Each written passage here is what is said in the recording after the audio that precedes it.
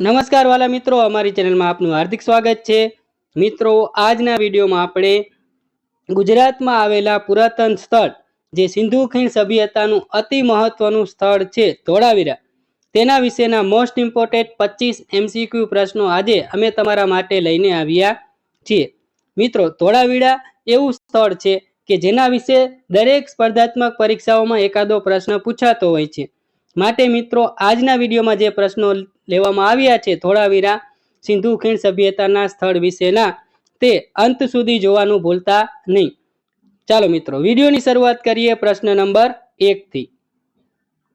पहेलो प्रश्न छे, धोळावीरा खाते क्यारे सौप्रथमवार उत्खनन कार्य करवामां आव्युं हतुं?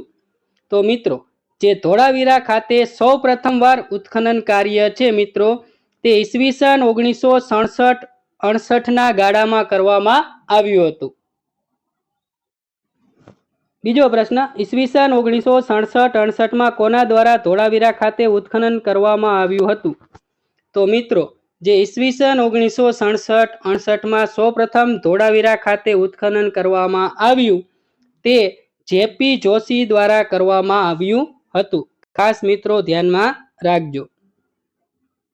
त्रीजो प्रश्न, ईस्वीसन 1990-91 में कोना द्वारा धोळावीरा खाते उत्खनन करवामां आव्युं हतुं? तो मित्रों, ईस्वीसन 1990-91 में धोळावीरा खाते उत्खनन कार्य छे ते RS विस्ट द्वारा करवामां आव्युं हतुं।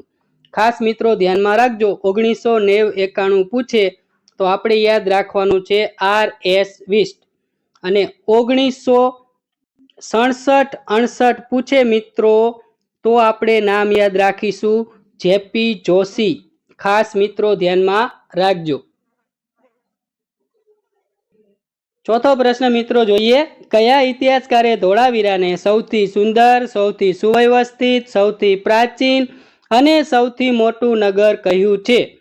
तो मित्रों, जे केसी श्रीवास्तव छे तेमणे धोळावीराने सौथी सुंदर, सौथी सुव्यवस्थित, सौथी प्राचीन अने सौथी मोटुं नगर कह्युं छे। पांचमो प्रश्न, धोळावीरा गुजरातना कया जिल्लामां आवेलुं छे? तो मित्रों, जे धोळावीरा सिंधु खीण सभ्यतानुं नगर छे ते गुजरातमां कच्छ जिल्लामां आवेलुं छे। छठो प्रश्न, धोळावीरा कच्छ जिल्लाना कया तालुकामां आवेलुं छे? तो मित्रों, जे धोळावीरा छे ते गुजरातना कच्छ जिल्लाना भचाउ तालुकामां आवेलुं छे। मित्रों खास ध्यानमां राखजो। सातमो प्रश्न, धोळावीरा कच्छ जिल्लाना भचाउ तालुकामां कया विસ્તાरमां आवेलुं छे? मित्रों, जे धोळावीरा छे ते गुजरातना कच्छ जिल्लाना भचाउ तालुकामां आवेलुं छे। ते विસ્તાર छे मित्रों खदीर बेट। એટલે કે મિત્રો જે કચ્છ જિલ્લાના ભચાઉ તાલુકામાં ખદીર બેટ ખાતે ધોળાવીરા આવેલું છે। આઠમો પ્રશ્ન, ધોળાવીરાને સ્થાનિક લોકો કયા નામે ઓળખાવે છે? મિત્રો જે ધોળાવીરા પુરાતન સિંધુ ખીણ સભ્યતાનું સ્થળ છે તેને ત્યાંના સ્થાનિક લોકો મિત્રો કોટડા તરીકે ઓળખાવે છે। નવમો પ્રશ્ન, ધોળાવીરા નગર મુખ્ય કેટલા ભાગમાં વહેંચાયેલું છે? મિત્રો જે ધોળાવીરા નગર છે તે મુખ્ય 3 ભાગમાં વહેંચાયેલું છે।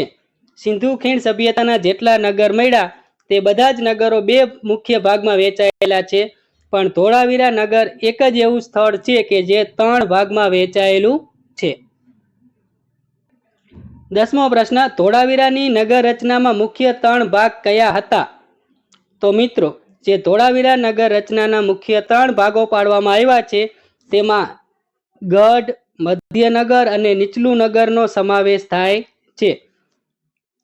11મો પ્રશ્ન, ધોળાવીરાની નગર રચના અને જળ સંચયનો અભ્યાસ આજની કઈ વિજ્ઞાન શાખા માટે મહત્વપૂર્ણ છે? મિત્રો જે પુરાતત્વ શાસ્ત્ર છે તેના માટે ધોળાવીરાની નગર રચના અને જળ સંચયનો અભ્યાસ કરવો આજની મહત્વની બાબત ગણાય છે। 12મો પ્રશ્ન, વિશ્વનું સૌથી જૂનું 10 અક્ષરવાળું સાઇન બોર્ડ કયા સ્થળેથી મળી આવ્યું છે? તો મિત્રો જે વિશ્વનું સૌથી જૂનું 10 અક્ષરોવાળું સાઇનબોર્ડ છે મિત્રો તે ધોળાવીરા ખાતેથી મળી આવ્યું છે, જે ચિત્રલિપિ સ્વરૂપનું છે. 13મો પ્રશ્ન, દિલ્હીની કઈ સંસ્થાએ ધોળાવીરાને આજની પાણીની સમસ્યા સામે લડતા પ્રદેશો માટે શ્રેષ્ઠ ઉદાહરણ તરીકે ઓળખાવ્યું છે?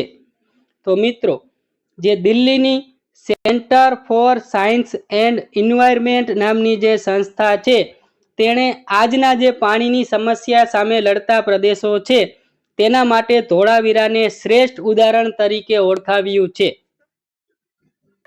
14મો પ્રશ્ન, ધોળાવીરામાં ખોદકામ દરમિયાન સિંધુ લિપિમાં કોતરાયેલા કેટલા શિલાલેખો મળી આવ્યા છે? તો મિત્રો જે ધોળાવીરા ખાતે ખોદકામ દરમિયાન સિંધુ લિપિમાં કોતરાયેલા કુલ 10 શિલાલેખો મળી આવ્યા છે. 15મો પ્રશ્ન, ધોળાવીરા ખંડેરો કઈ નદીના કિનારે આવેલા છે? તો મિત્રો જે ધોળાવીરા ખંડેરો છે તે લુણી નદીના કિનારે આવેલા છે. અને મિત્રો ત્યાં બાજુમાં સરસ્વતી નદીનો પણ પાણી ધોળાવીરાના લોકો ઉપયોગમાં લેતા હોવાની માન્યતા છે. 16મો પ્રશ્ન, ધોળાવીરામાં કયું વિશિષ્ટ રક્ષણાત્મક માળખું જોવા મળે છે? તો મિત્રો જે ધોળાવીરામાં ઊંચા તટબંધવાળી દિવાલ છે તે વિશિષ્ટ રક્ષણાત્મક માળખા તરીકે જોવા મળે છે. 17મો પ્રશ્ન, ધોળાવીરાના અવશેષ કયા વર્ષમાં યુનેસ્કો વિશ્વ ધરોહર સ્થળ તરીકે જાહેર થયા?